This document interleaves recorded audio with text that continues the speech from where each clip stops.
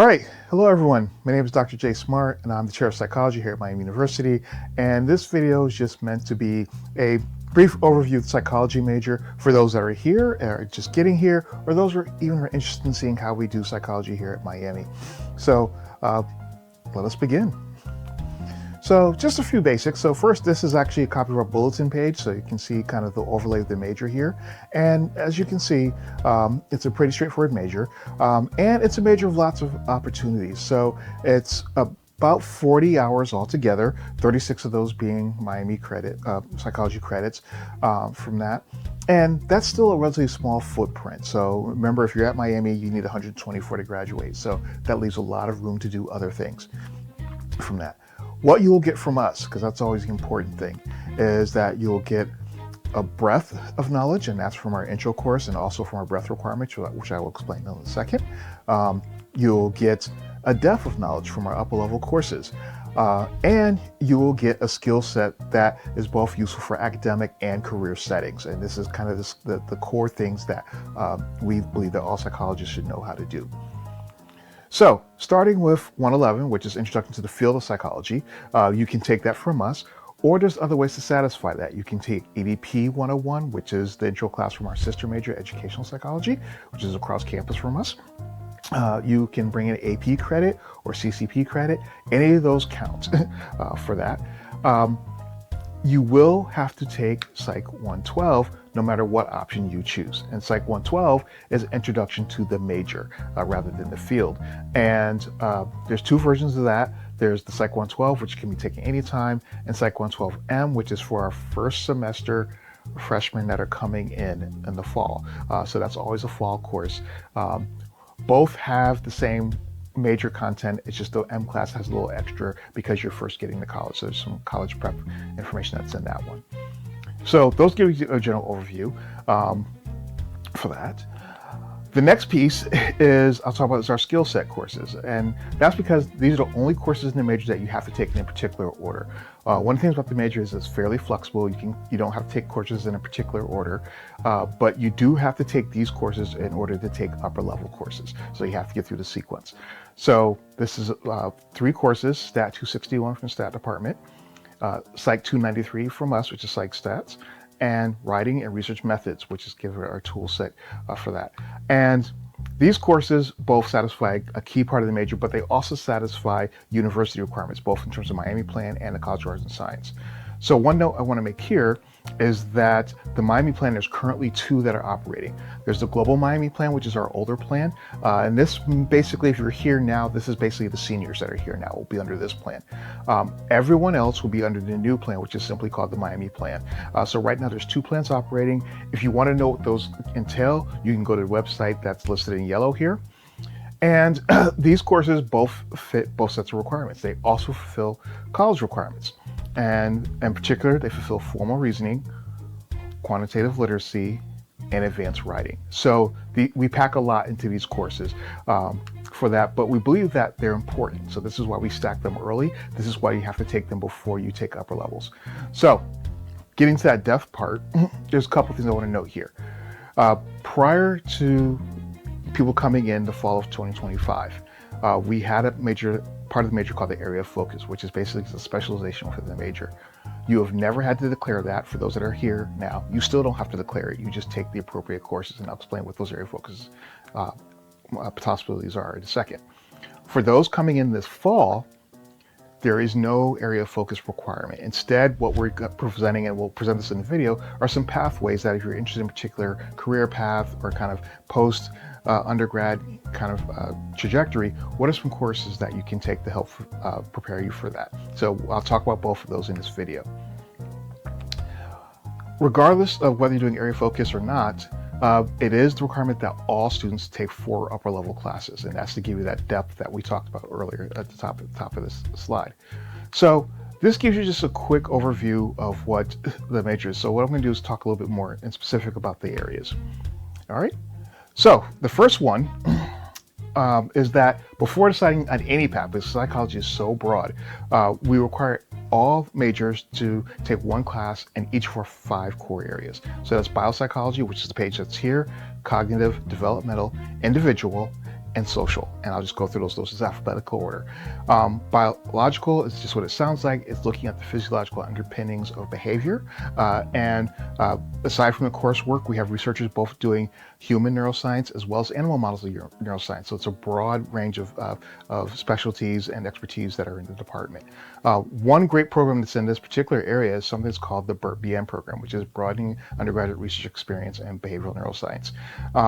This is by application. You apply for this in your junior year, and in your senior year, you take a 3-course sequence that basically walks you through an entire research project. So it's kind of working in a lab, but in a class setting. It's a great opportunity. The students do some great projects from that, and you come up with a pretty impressive skill set when you're done. So if you're interested in that, you can talk to any of our neuroscience faculty that can tell you more about this.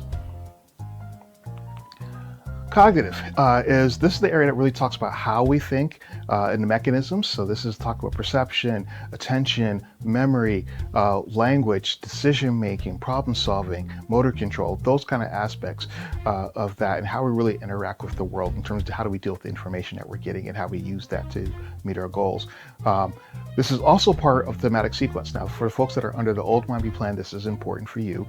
And importantly, this is more for non-majors because majors can't do thematic sequences within the major, but that's what these blue boxes are. So if you happen to be a non-major that needs a thematic sequence, this is one of those areas where you can do that. Next is developmental, and essentially the traits that I talked about in the last slide. This looks at how those things emerge and change over the lifespan. And again, this is another one that's a potential thematic sequence for those that need it. And the one note I will have here is that the core course is Psych 231, which is developmental psychology, and it is a lifespan course. It goes from birth to adulthood. So if you're transferring in a developmental course, make sure it's mapping onto that. Okay, so that's just a quick note there. Our next area is individual, and this would be what most people think is our clinical area for that, and it looks at aspects of mental health, both when it is intact and when there are problems, and how do you recognize them, and how do you treat them, how do you maintain them. So it's a broad range of aspects of this as well, and also particularly a big emphasis on removing the stigma around mental health, and that it is an aspect of health just like anything else that you would treat. Finally, and just by alphabet, we have social. And social, again, is looking at the individual, but now how the individual acts in larger context. And particularly looking at how things like attitudes and beliefs are shaped by your environment and others. And particularly our group has a very strong focus on health, social determinants of health. So it's a very strong health focus of our group of faculty who are also very research active. So again, that's kind of our core. And any of those 5 that I just talked about can be an area of focus for that. We also have additional areas that are combinations, and these are meant if you have more kind of specific areas that you're interested in. So we have 3, and I'm just going to list these here. We have culture and diversity, we have decisions, leadership, and organization, and we have persuasion, intervention, and behavioral change. And so these are all kind of tailored to slightly different things. So the first one's definitely if you're looking at diverse groups or how psychology can apply to a large blend of cultures, and particularly if you're interested in kind of more human service kind of careers, that might be a good area for you. The second one is if you're interested in looking at more IO settings or industry settings or management settings. And the third group is if you're looking more kind of like a marketing kind of spin to psychology. But they're all combinations of different aspects of the department, and these are available for those that still have this requirement. For folks coming in this year, and actually for anybody, one of the big changes that we're trying to do is help you understand how our major can lead to careers. And the first thing is that a lot of the careers that psychology can get into don't have psychology in the name. So I want you to look at this set of skills here that you get out of the major that are in bullets. I'll take a minute there. All right.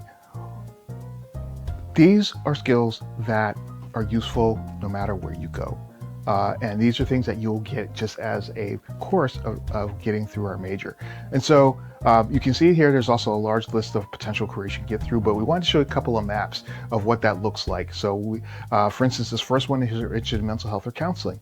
Now, truth and advertising. If you want to do mental counseling, you will have at least to get a master's level to do this from that. So you cannot do it with an undergrad degree alone, at least not for most health professions, but you can be involved in this field with a bachelor's.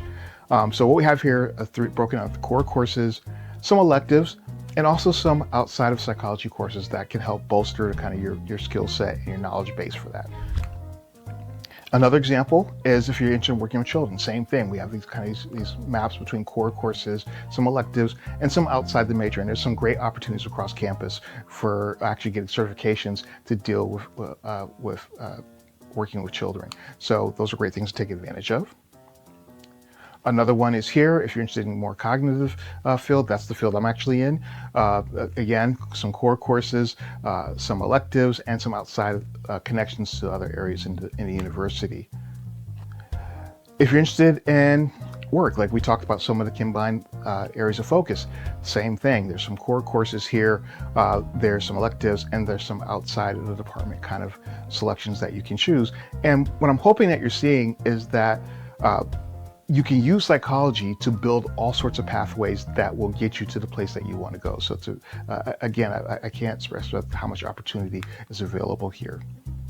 And then finally, because this is one that's a very popular question, we get this every time when we have information fairs, is forensic science. And while we do not have a forensics program in particular, we do have the basics that you would need for that. So again, here's some core courses, some electives, and some outside psychology, and some potential minors that you can dovetail with the major that would get you the appropriate background for this field. So again, psychology itself can give you a lot of the legwork that you need, a lot of the core knowledge, but you can also enhance that with other opportunities on campus, and I do encourage you to take advantage of that.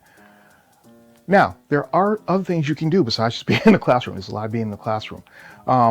And really what we want you to do is be engaged in the major. If you're here, one of the things to know is that psychology is a large major. It's a large major everywhere. Here, it's about 1,100 students, but what I'm going to tell you is it's never going to feel like that because there's so much to get engaged in. There's so many smaller places you can find to find a home within the major. So one of the things is that all of our faculty are research active, and we all use undergrads in our labs. So it's very easy to get connected to that.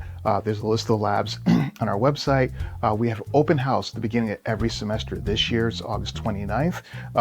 In the spring, it's January 30th. We have all our labs, all our student groups, all the connected kind of activities that are here in our main hall. And you can just sort of walk around and see what the possibilities are.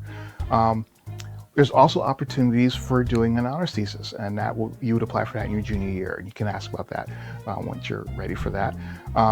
We also have several student interest groups. We have, I believe, 7 groups that operate through the department that are connected to psychology. We have a student peer advising center, which is called a CPI, or Center for Psychological Inquiry, a great resource. And again, if you're interested in research, they're a great one-stop to get for that as well. And finally, we have 2 honor societies. We have Psych-Hi and we have Neurosci. Both of these are honor societies in psychology in general and neuroscience in particular. It just gives lots of ways to be involved for that. I do also want to say there's other connections outside of us. We have 2 4+1 programs that operate with us. One is through educational psychology, and one is through family science and social work. And again, we'll have representatives that are open houses for those as well. We have 2 co-majors, neuroscience and pre-art therapy. And there's several related majors within the division that dovetail really nicely with the major. So again, lots of ways to make this major your own for that. If you have any questions about any of this, please stop by, see us, email us at psychology@miamioh.edu or psychologyadvising@miamioh.edu, and we'll definitely get back to you. If you see me, stop me, ask me questions, happy to answer them. So I hope this was useful. Hope this gives you an idea of what the major like and what the possibilities are like for a psych major here at Miami. And I hope to see you in the halls, and take care, everyone.